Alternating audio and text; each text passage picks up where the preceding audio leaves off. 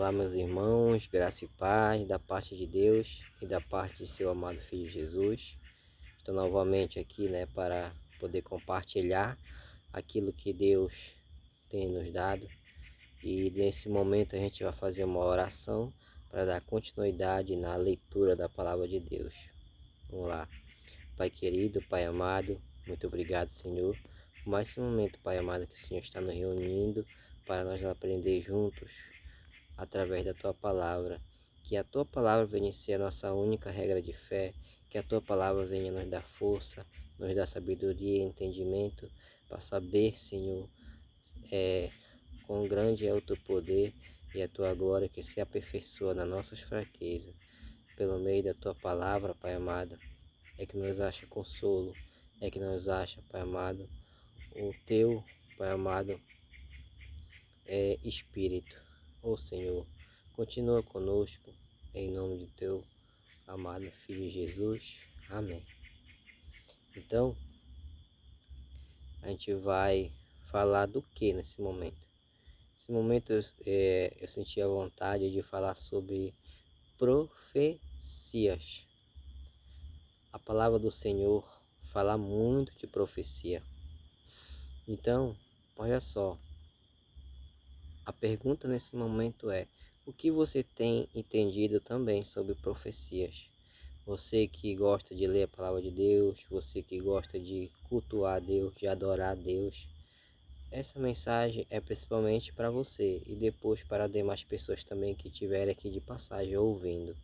Mas a pergunta é para todos aqueles que gostam de adorar a Deus: o que é profecia para você? Essa é a pergunta, né? Porque a gente sempre aprende assim, dialogando um com o outro. Esse é o verdadeiro culto racional. Esse é o verdadeiro culto aonde a igreja de Deus, né, existe. A igreja de Deus, verdadeiramente, ela é um círculo, na verdade, aonde um aprende com o outro, né? Aonde um questiona o outro, né? Um vai aprendendo com o outro. Aí a igreja vai se edificando como se fosse uma casa. Cada pessoa é um tijolinho, né? Um se encaixa com o outro. Então, a pergunta que eu faço é: o que é profecia para você? Porque a gente percebe hoje que muitas pessoas estão pregando por aí afora, não é verdade? E muitas pessoas profetizam. Tem alguns que chegam até a bater no peito e diz: sou profeta do Senhor. Eu sou profeta de Deus, né? Chega a bater até no peito. A gente vê e observa. Mas a pergunta é: o que eles estão profetizando é o que está escrito? Porque muitos profetizam que a pessoa vai ter bênçãos financeiras, bênçãos materiais. Se a pessoa está precisando de um carro, o que ela mais quer é ir para uma igreja, né, entre aspas, porque aquilo é templo. Ir para um templo e ouvir que ela vai ganhar um carro. Se a pessoa está desempregada, o que ela mais quer é ouvir que ela vai ganhar um emprego. Se a pessoa está doente, o que ela mais quer é ouvir que ela vai ser curada. E por aí vai. Eu profetizo que tu vai ser curada. Eu profetizo que tu vai ganhar uma casa nova. Eu profetizo que tu vai ter um carro novo. Eu profetizo isso na tua vida. Receba, né? E a questão é, biblicamente, a gente encontra onde essas profecias? Estou falando biblicamente. Aquele que quer comer, né, o pão da vida, o verdadeiro pão, que é a palavra de Deus. Então, biblicamente, aonde a gente enxerga isso, né? Então, não tem, né? Então, o que a gente vai observar na palavra de Deus? Que existe sim profecias, muitas. Então, tem como aprender, né? O que é uma profecia. Então, primeiramente, nós vamos ler aqui no livro de Apocalipse, capítulo 19, verso 10, aonde vai falar de cara o que é profecia para Jesus. Vamos lá? Então olha só, Apocalipse capítulo 19, versículo 10. Presta atenção. João, o discípulo amado que escreveu o livro de Apocalipse, ele vai se encontrar com um anjo. Então, ele vai querer adorar o anjo, né? E olha que o anjo vai falar para João. O anjo ele vai dar a resposta do que é profecia. Vamos lá, prestar bem atenção. Apocalipse capítulo 19, versículo 10. Prostrai-me-ei diante os seus pés para adorá-lo. Ele, porém, me disse: Vê, não faças isso, porque eu sou conservo teu e dos teus irmãos, que mantém o testemunho de Jesus. Pois o testemunho de Jesus é o espírito de profecia. Primeiramente, aqueles que profetizaram lá no passado, eles eram o quê? Chamado como por Deus? Profetas do Senhor. Exemplo, Isaías, Jeremias, Amós, Joel, né? Ezequiel, eram profetas de Deus. Eles falavam diretamente com Deus e eles pregavam a palavra do Senhor. Eles eram chamados profetas. Não é que eles batiam no peito e falavam, não, eu sou profeta. Não era assim que eles faziam. Eles eram chamados de profeta, né? Por outras pessoas. Uma coisa é eu falar que eu sou profeta. Outra coisa é as pessoas me chamarem de profeta. Então eu recebo que eu sou profeta. Eu recebo pelos outros que eu sou um profeta. Assim que era os servos de Deus no passado, né? Eles recebiam de Deus e das pessoas que lhes eram profetas. Mas eles mesmos nunca se intitularam: Ah, eu sou um profeta. Não, eles mesmos nunca se intitularam isso, né? Interessante. Então, no passado tinha muito profeta que falava diretamente com Deus. Eles falavam diretamente com Deus, né? Então no Novo Testamento em diante, ninguém tem essa moral mais de falar diretamente com Deus. A única pessoa assim que falou diretamente com Deus foi quem? Foi Jesus, né? E a palavra do Senhor declara também que o último profeta foi João Batista, né? Então olha só, Jesus, ele foi, né, a pessoa que falava com Deus diretamente nas orações, né? Ele falava com Deus diretamente, ele vivia com Deus, ele vivia com essa comunhão com Deus, né? E diz a palavra do Senhor que o último profeta mesmo foi João Batista. A gente encontra isso também. Então, de Jesus em diante, ninguém tem mais moral de falar com Deus diretamente. Quem tinha eram os profetas. Então, só através de Jesus nós obtemos essa moral de falar com Deus diretamente. Amém? Então, se os profetas não existem mais, o que tem que estar acontecendo? O que tem que acontecer é o seguinte: existe o espírito de profecia. O espírito de profecia que existia nos profetas, ele ressurge em nossos tempos. Tá certo? Ele ressurge em nossos tempos. Não é dizer que os profetas vão ressuscitar, não. Mas o espírito de profecia que habitava neles, ele vai ressurgir em mim, em você, se a gente buscar Deus de todo o coração. Mas a gente tem que saber o que é o espírito de profecia para poder pregar profecia. Não tem como pregar uma profecia biblicamente se eu não sei nem o que é espírito de profecia. Está aí o grande engano hoje das pessoas, né? Elas pregam coisas, né, da terra, profetizam coisas da terra, porque elas não sabem o que significa espírito de profecia. Nesse momento o anjo aqui, ele vai dar um detalhe do que é o espírito de profecia, né? Olha só. prostei-me ante seus pés para adorá-lo. Ele, porém, me disse: não faça isso, eu sou conservo teu e dos teus irmãos que mantêm o testemunho de Jesus. Olha só, os conservos do anjo, quem era? Eram os irmãos de João. Quem eram os irmãos de João? Eram os discípulos, os outros discípulos, Mateus, Lucas, Tiago. Então, ele estava falando ao anjo: olha, eu sou conservo dos teus irmãos, eu sou igual a vocês. Sou igual a vocês. Que negócio é esse? Que negócio é esse de me adorar, né?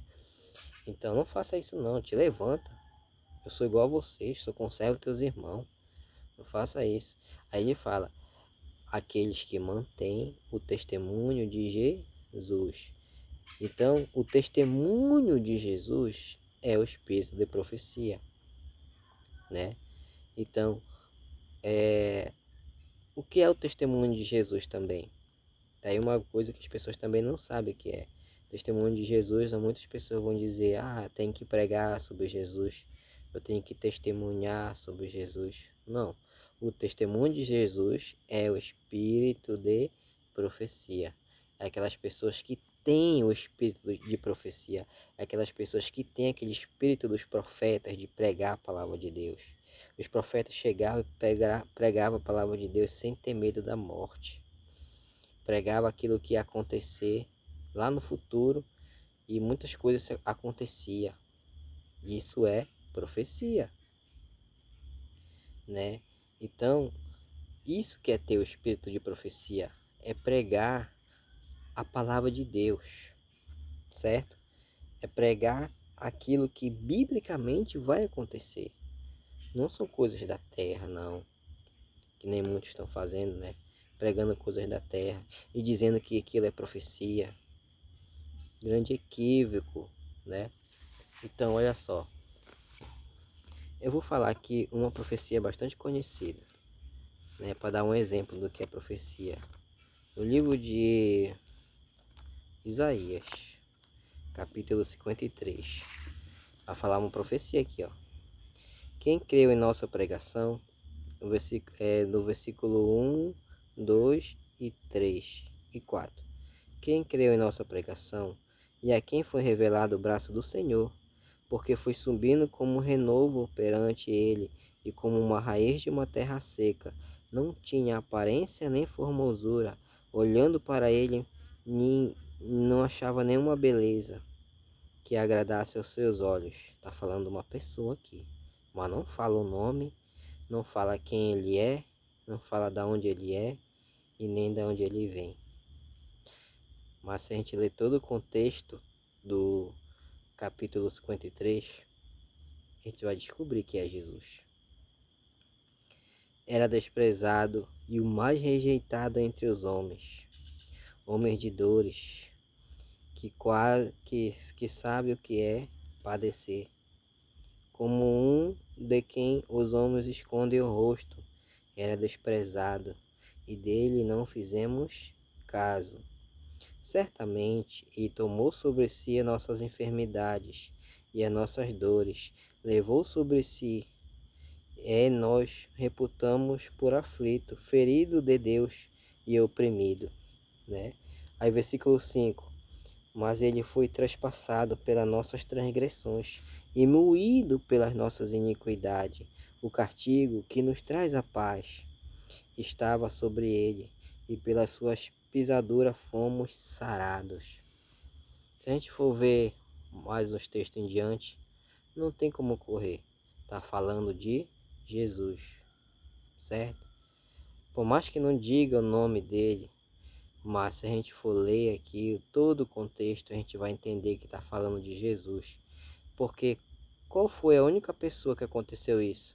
Né? De uma pessoa que era humilhado, de uma pessoa que foi oprimido, de uma pessoa que morreu pelas nossas iniquidades, né? Com quem aconteceu isso? Foi com Jesus Cristo, aqui na terra. E lá na cruz do Calvário, né? Morreu por nós. Então, aqui no livro de Isaías, muito antes de Jesus vir, estava escrito que ia acontecer isso com Jesus. Aí eu pergunto, meus amigos e meus irmãos, aconteceu ou não aconteceu o que Isaías profetizou? Aconteceu. Então, isso é profecia. É a pessoa pregar sobre a palavra de Deus, sobre Jesus, né? Sobre algumas coisas que vai acontecer no fim dos dias e aquilo futuramente acontecer. Isso é profecia. É a palavra do Senhor sendo profetizada.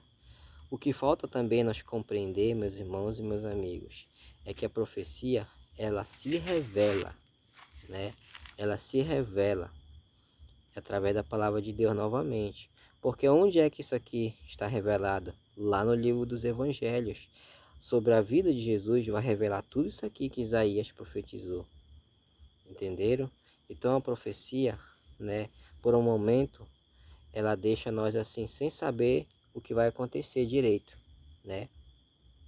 Se não tem a revelação, nós fica meio perdido. Mas quando acontece, né?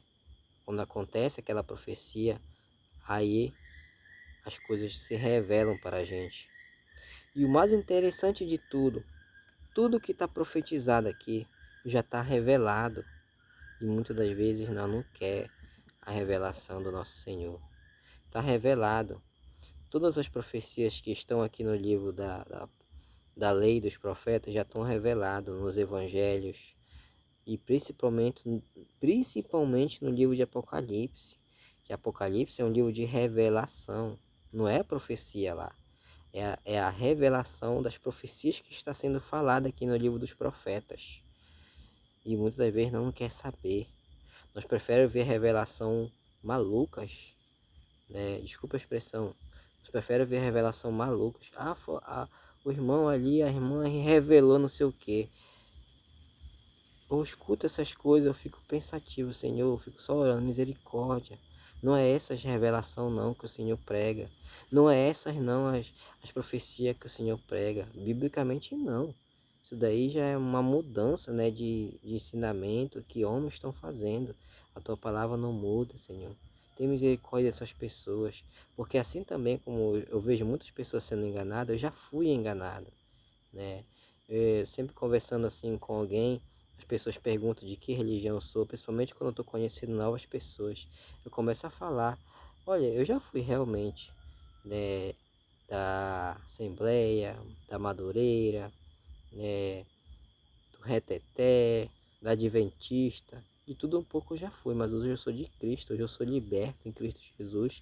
Eu me alimento de Cristo, da palavra de Deus. Porque nesses lugares aí, né, a gente corre grande risco de ser enganado. Ser enganado. Isso aqui está levando muitos à perdição. Isso aqui é uma espada. Se a pessoa não souber usar isso aqui, ela vai enganar muitas pessoas. Muitas mesmo. E Jesus falou para a gente ter cuidado. E nos últimos dias surgiu muito falso profeta. Não é brincadeira não. Quando ele começa o sermão da montanha, lá no Mateus capítulo 24, não é à toa que ele fala, cuidado, acautelai-vos, porque vão surgir muitos em meu nome, pregando muita coisa errada. Acautelai-vos, cuidado, para que ninguém vos engane. Então hoje a gente escuta revelação disso, revelação daquilo, profecia disso, profecia daquilo. Senhor, tem de misericórdia, só comigo no meu pensamento. Tem de misericórdia dessas pessoas e me capacita, me dê poder para pregar a verdade, né? Peço muito a Deus isso, né? Então, repito, as revelações estão aí no Novo Testamento e em diante, principalmente no livro de Apocalipse. As profecias, elas estão para cá, no começo, no livro da lei e dos profetas. Citei uma aqui de Isaías capítulo 53, mas tem várias profecias, né? Onde tudo se revela no Novo Testamento em diante. E repito mais uma vez, principalmente no livro de Apocalipse. Apocalipse, o engraçado é como o inimigo faz. Ele colocou hoje na cabeça das pessoas que o livro de Apocalipse é um livro que dá medo, é um livro de mistério, é um livro que não tem quem entenda, né? Aí as pessoas não gostam de ler livro de Apocalipse. O inimigo, ele é sagaz, ele é esperto mesmo. Porque o livro que nós era mais para ler era o livro de Apocalipse.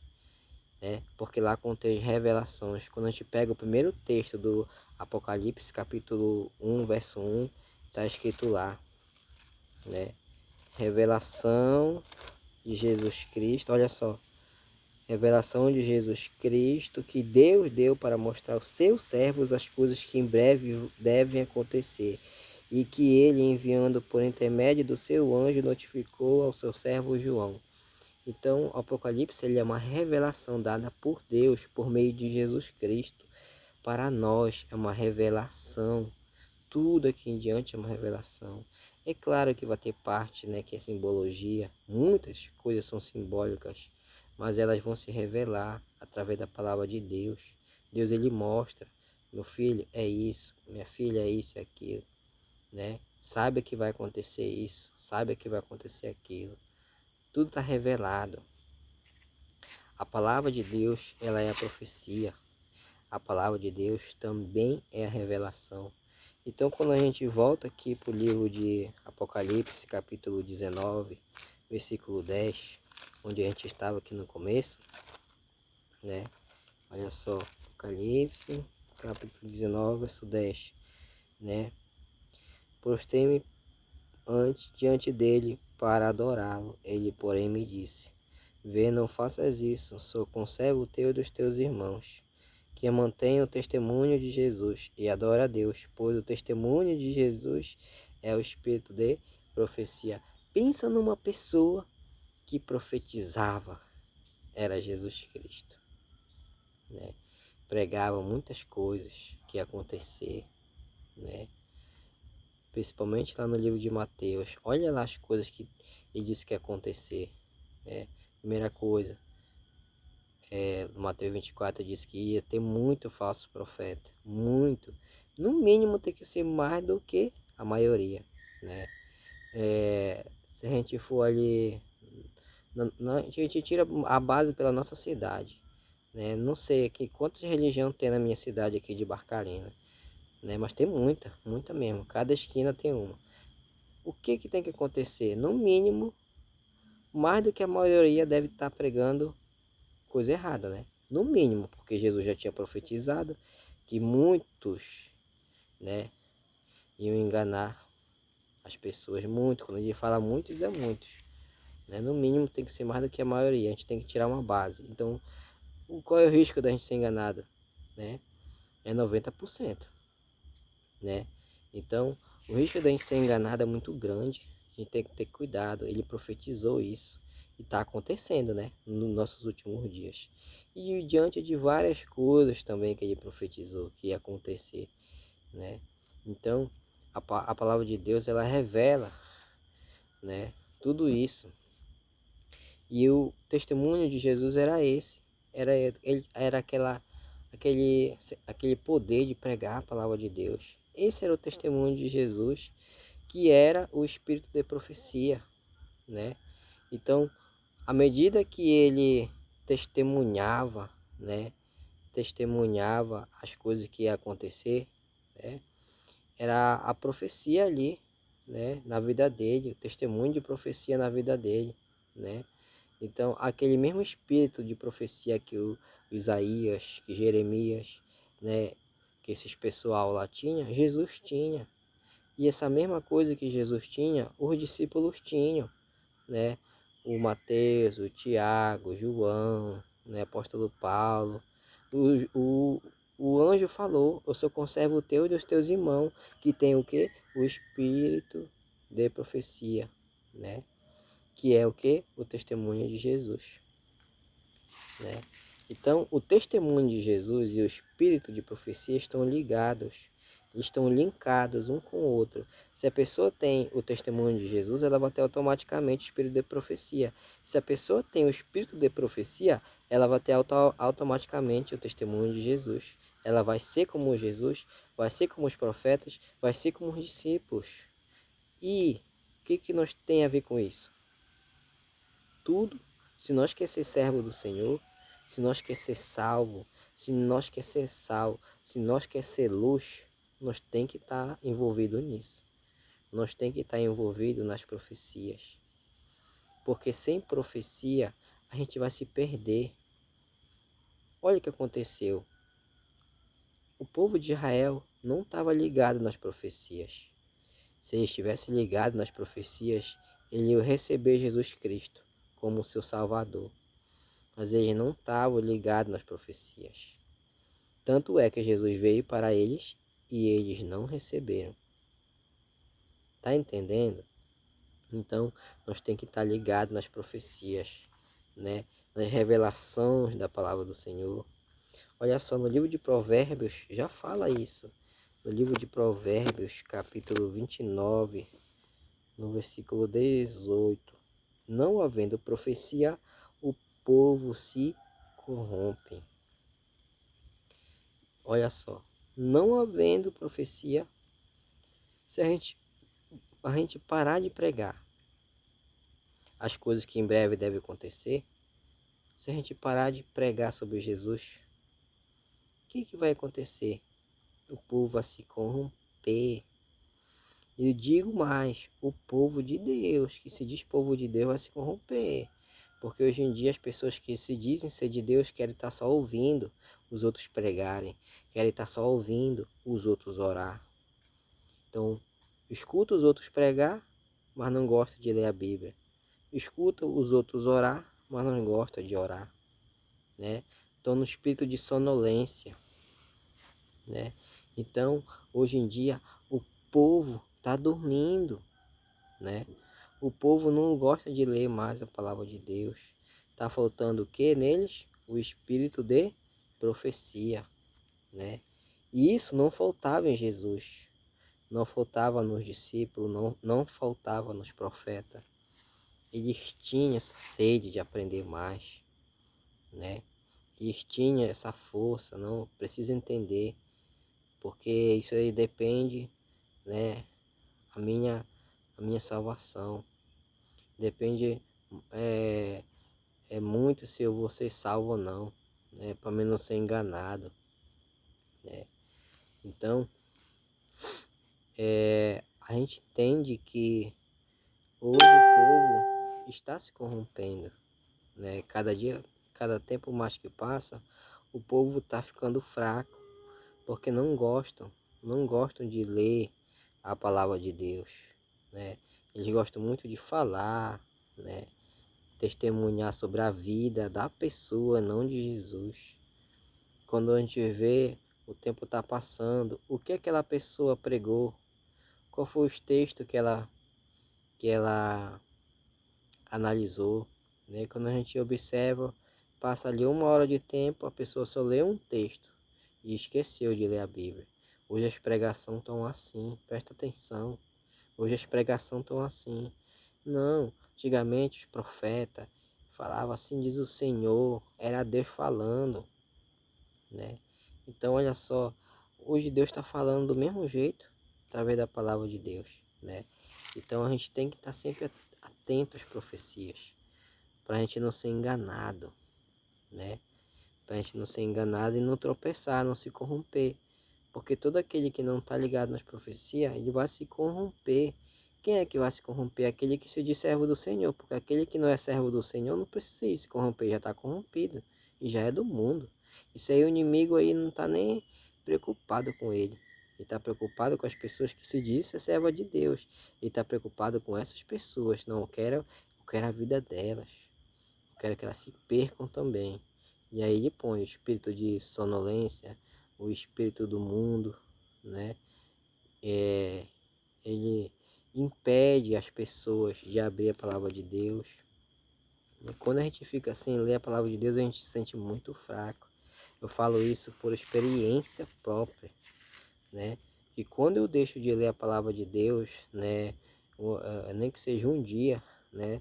No outro dia eu já estou muito fraco espiritualmente, né? Então, uma coisa, né, que dá força para nós é o alimento espiritual, né? A carne já é fraca, né? Se o espírito ficar fraco, aí o inimigo aproveita, né? Então, o espírito ele é forte, sim, mas a gente tem que alimentar ele através do que? Da palavra de Deus. Então, a gente encontra aqui no livro de Mateus, eu sempre gosto de ler essa passagem aqui do livro de Mateus, capítulo 4, onde Jesus ele é tentado, ele é levado pelo Espírito ao deserto. E Jesus ele está muito fraco, jejuou 40 dias e 40 noites, né? Não é jejum de comida de verdade, nem de água, como muitos também estão ensinando, não é isso. O que ele estava fraco ali é porque na carne, né? 40 dias e 40 noites, sem pecar, sem ceder o alimento para a carne, olha só, sem ceder o alimento para a carne, a pessoa vai se sentir fraca demais, né? Ela não vai conseguir suportar. Tenta viver um dia só em santificação, tenta viver um dia sem pecar, tenta, tenta, né?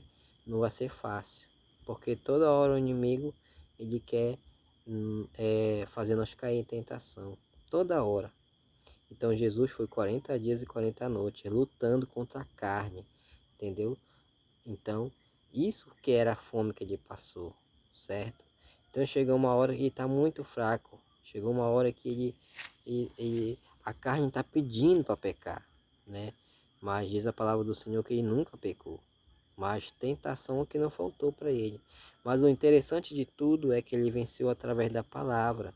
Se a gente for ver aqui em Mateus capítulo 4, ele venceu a tentação através da palavra de Deus. Nem só de pão vive o homem, mas de toda a palavra que procede da boca de Deus, né? Então, gente, né, a gente observa que Jesus, na pouca força que ele tinha, né, Deus honrou ele, porque nele habitava, né, aquele espírito de profecia.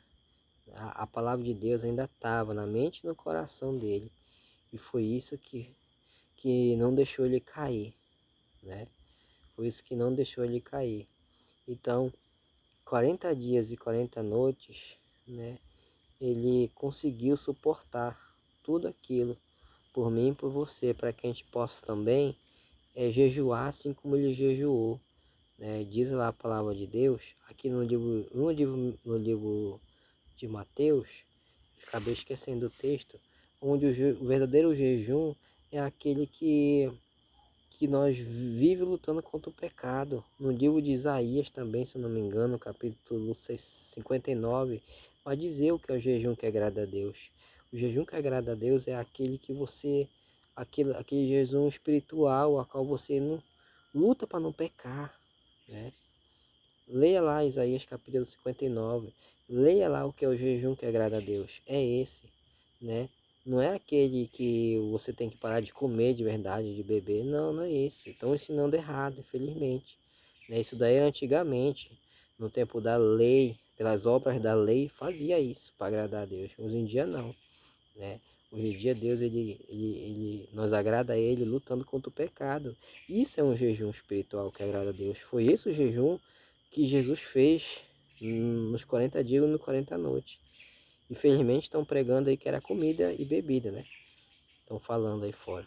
Mas não é, né? Jesus ele lutou contra a carne mesmo, contra as tentações, porque ele também foi tentado em muitas coisas, assim como nós somos. Só que a diferença é que muitas vezes nós cede a nossa tentação e Jesus não cedeu, né? Ele era humano, igual a gente, e ele não cedeu, para nos dar exemplo, para que nós possamos vencer assim como ele venceu. Não é isso que ele fala no livro de Apocalipse? Aquele que vencer, assim como eu venci, eu darei o direito de se sentar comigo no meu trono, assim como eu venci, sentei no trono do meu Pai. Apocalipse capítulo 3, leia lá. Então, né, Jesus Cristo, ele venceu através da palavra. Então, hoje em dia também, né, nós, quando nós sentir fraco, né, nós tem que correr para a palavra o mais rápido possível, né? Então, quando nós sentir fraco, debilitado na carne, é isso que nós tem que fazer, correr para a palavra, orar a Deus, buscar força, porque eu falo por mim, quando a gente não faz isso, a gente fica muito fraco, né? Vem aquele buraco no nosso coração, a qual a presença de Deus é fundamental para preencher. Então, para a gente, né, ter essa presença de Deus é aqui, ó, através da leitura da palavra de Deus, né? E também quando a gente se reúne com alguém, né? Quando a gente se reúne com alguém para meditar junto, para aprender junto, é muito bom, né? Então que a gente possa, né, compreender nesse momento que espírito de profecia todos nós podemos ter, assim como os profetas tiveram, assim como os discípulos tiveram, nós podemos ter também. Assim como Jesus teve, nós pode ter. O que é o espírito de profecia? É a gente pregar a palavra de Deus, né? E se a pessoa quiser revelação, está na palavra de Deus também, né? A palavra de Deus, ela revela as profecias, né? Uma coisa está ligada com a outra, amém? Que a gente possa crer que nós pode também, né, ter esse espírito de profecia e pregar, assim como os profetas pregaram. Mas a gente tem que crer na palavra, né? Porque até o profeta Isaías também sentia a dúvida, quem vai crer na nossa pregação? Quem vai crer, né? E Deus falava com ele, né? E as pessoas iam crer. Pregue, né? Pregue, que uma hora as pessoas vão crer. Planta, semeia, que uma hora as pessoas vão dar fruto, né? Porque quando a gente prega isso, o que vem na nossa mente? Quem vai crer nesse tipo de pregação? Né? Muitas pessoas já têm escutado como eu prego, mas muitas pessoas não crêem, né? Mas no futuro elas vão acreditar na verdade, né? Porque hoje são poucos que pregam isso que você acabou de ouvir. Não é só eu que prego assim não. Tem várias pessoas no mundo espalhadas por aí, né? Que pregam também essa mesma verdade, prega até muito melhor do que eu, com mais entendimento, com mais sabedoria, né? Então, que a gente possa, né, crer nessa palavra e saber o que de fato é profecia, né? E da onde ela vem do espírito de profecia, né? E a revelação, ela vem da palavra de Deus, principalmente no livro de Apocalipse, que é um livro de revelação. Embora seja um livro simbólico, a palavra de Deus diz que ele é um livro de revelação. Basta a gente crer, pedir a ajuda de Deus por meio de Jesus e Deus vai revelar, né? Então que a gente possa crer nisso, né? E saber a partir de hoje o que é profecia de verdade. Não é aquilo que estão pregando aí fora, mas sim aquilo que está aqui dentro da palavra de Deus. E quando a gente prega isso para as pessoas, a gente está tendo o espírito de profecia. E quando a gente revela o que está escrito aqui, a gente está revelando aquilo que Deus quer que a gente revele, né? É a palavra de Deus que Ele quer que a gente revele para as pessoas. Então, glória a Deus por mais essa palavra e que nós possa pedir, né? O espírito de profecia todos os dias para a gente pregar as profecias do nosso Senhor Deus, né? E pedir as revelações, né, de Deus para a gente pregar também as revelações de Deus. É tudo isso, né, que eu peço, né? E agradeço também ao meu Senhor. Muito obrigado para aqueles que ouviram todo o vídeo. Amém. Glória a Deus. Que nós possamos estar fortalecendo nessa palavra. Amém.